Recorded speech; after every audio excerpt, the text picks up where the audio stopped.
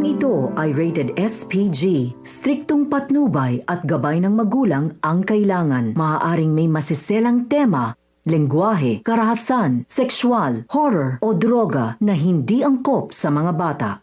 Warning. The following content may contain elements that are not suitable for some audiences. Viewer discretion is advised. Haunted Dublin HellFire Club. Perhaps the creepiest and best known scary story of the Dublin HellFire Club involves the devil himself. The legend states that two men were playing cards late one night within the club. After answering knock on the door by a vagrant, they welcomed the stranger into the club to spend the night. They soon found themselves playing cards with him.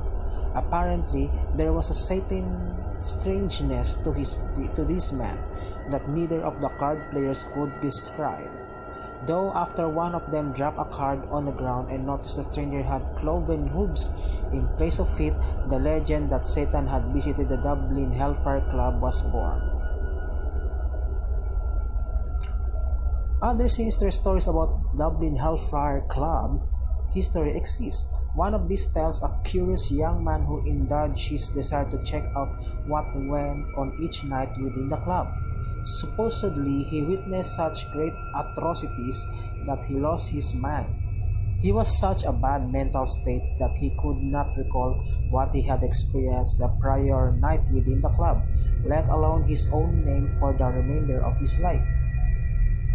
Another curious young man is said to have made the pilgrimage to suss out the Dublin HellFire Club activities one night. His fate was much worse as he turned up the dead very next day. This event triggered one man to accompany a priest on an investigation of the club of the following day.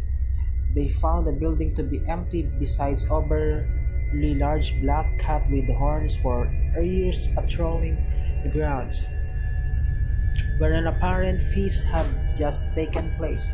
The cat proceeded to attack one of the men, leaving him mortally injured with deep scratch wounds all over. Thankfully, the priest had holy water on his person, which he used to shower the demonic black cat, causing it to be torn apart. Many people have been brave enough to visit the Dublin HellFire Club, reportedly encountering various forms of paranormal activity. Could this spooky location be one of the most haunted places in Ireland? Dublin HellFire Club is an interesting place to visit and is free to enter. During the day, the hike up to the road is quite popular, though the area takes on a far more ominous feel during the night. That is if we can break the hordes of teenagers that flock to the structure to pass time. If you enjoyed your article,